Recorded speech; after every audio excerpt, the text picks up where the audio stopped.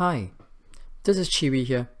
So in my previous videos, we have looked at the principles behind the prescription of aerobic exercises. So in this video, we will be looking at the practical elements of planning and executing an exercise session.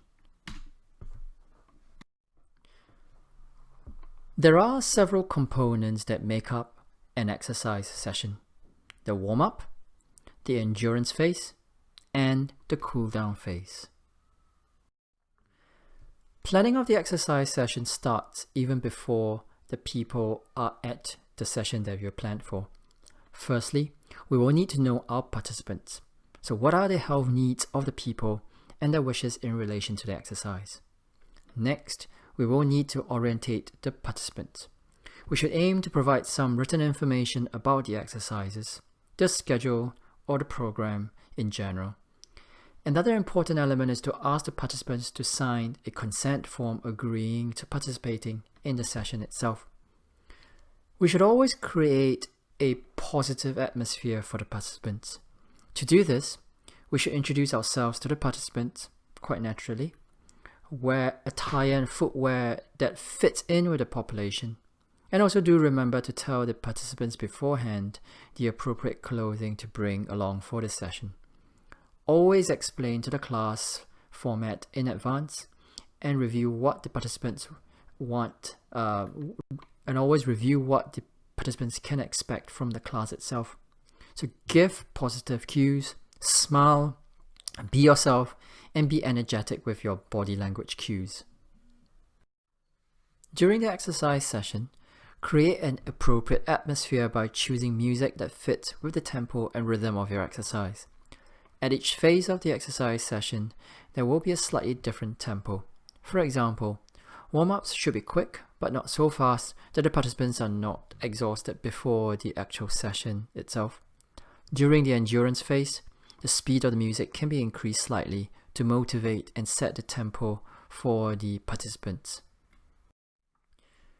The importance of good communication during the session cannot be understated.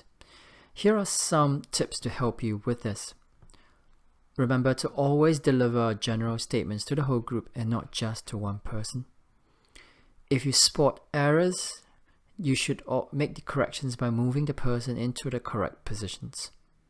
And if you can, do exercise next to the participants and not behind them, so that they are able to see and follow what you are currently doing. Most people respond to positive rather than negative reinforcement, so always demonstrate and instruct on good alignment to keep a focus on good technique. Move around the room so that you can see what everyone is doing, and this also shows that you are interested in them. Always catch people doing the exercises correctly and give appropriate encouragement and praise accordingly. This will help them to be motivated and engage with you during the session itself. Always appeal to a person's need and desire for health and safety and explain your rationale. So don't just tell the participants what not to do in order to keep themselves safe, or perhaps to adopt certain positions to keep themselves safe, but do let them and explain to them why it is important to be safe and also to do it correctly. Use positive descriptors and avoid negative emotionally loaded words such as bad or wrong. Perhaps try saying it another way. For example, you seem to be having trouble with this movement.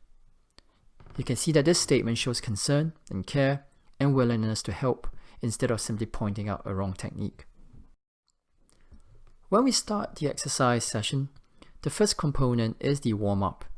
It is always good to start things off with warm-up for various reasons. These activities gradually increase the metabolic rate of the person from resting up to the target intensity level of activity.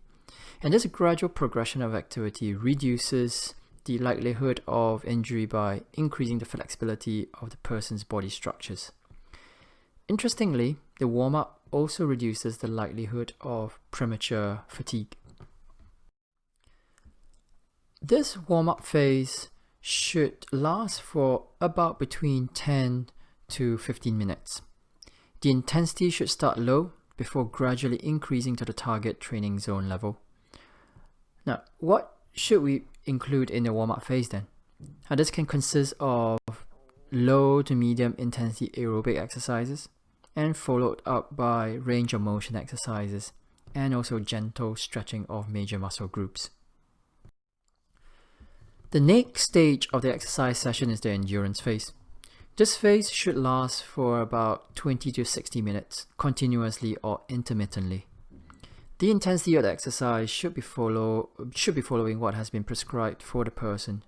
So you can think about the interrelationship between intensity and duration of the exercise and play around with that.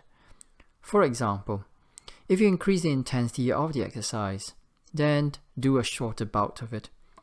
The endurance phase should contain exercises that are aerobic in nature and type so that we can build exercise endurance in the person. The last phase of the exercise program is the cool down phase. This phase allows the gradual recovery of the physiological responses back to resting levels. This gradual recovery reduces the likelihood of the cardiovascular complications. It also helps to remove the metabolic waste products that have accumulated during the endurance phase. The activities can also help to assist with venous return and prevents pooling of blood in the lower limbs. It is also likely that cooling down will reduce the muscle soreness experienced after the exercise session itself. The cool down should take about between 5 to 10 minutes and aims to gradually decrease the exercise intensity to a lower level. You can include some low intensity aerobic activities and followed up by stretching of the major muscle groups. One last thing to remember before you end the exercise session is always monitor the safety and effectiveness of the session itself. You can do this by monitoring the heart rate and the reported perceived exertion of the participants. The segments you can perform this monitoring are during the pre-exercise phase, at the end of warm-up, and during the endurance phase and towards the end of cool-down. You should now know what the main components of planning for an exercise session is. The next thing you should do now is to practice and plan for an exercise session. So always obtain feedback on how you can do better in order to learn and improve your next exercise session. Well, I hope you've gained something from this video.